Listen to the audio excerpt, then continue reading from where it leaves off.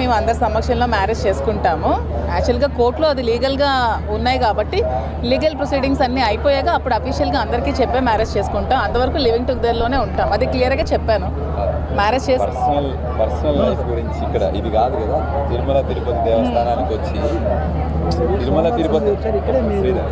తిరుపతి దేవస్థానానికి వచ్చి ఇప్పుడు చాలా రోజుల నుంచి మేము సోమవారం వస్తూనే ఉన్నామండి. దానికి ఎందుకు క్వశ్చన్? తిరుమల తిరుపతి దేవస్థానానికి వచ్చి మాడా స్ట్రీట్లో వెంకటేశ్వర స్వామి గురించి మాట్లాడుకుంటున్నా. పర్సనల్ ఇది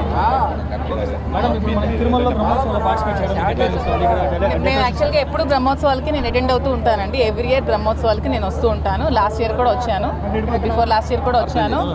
నాకు టీం ఉన్నప్పుడు కూడా నేను వచ్చి ప్రోగ్రామ్స్ అవి ఇప్పించేదాన్ని. ఇయర్ అవ్వలేదు. నేను ఎవ్రీ ఇయర్ స్వామి బ్రహ్మోత్సవాలకి నేను వస్తాను, ఎందుకంటే నేను బేసికల్గా చిన్నప్పటి స్వామి భక్తురాలు కాబట్టి. మేము అందరి సమక్షంలో మ్యారేజ్ చేసుకుంటాము.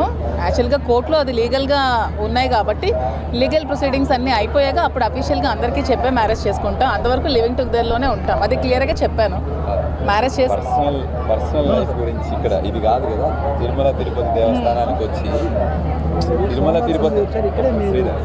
తిరుపతి దేవస్థానానికి వచ్చి ఇప్పుడు చాలా రోజుల నుంచి మేము సోమవారం వస్తూనే ఉన్నామండి. దానికి ఎందుకు క్వశ్చన్? తిరుమల తిరుపతి దేవస్థానానికి వచ్చి మాడా స్ట్రీట్లో వెంకటేశ్వర స్వామి గురించి మాట్లాడుకుంటున్నా. పర్సనల్ ఇది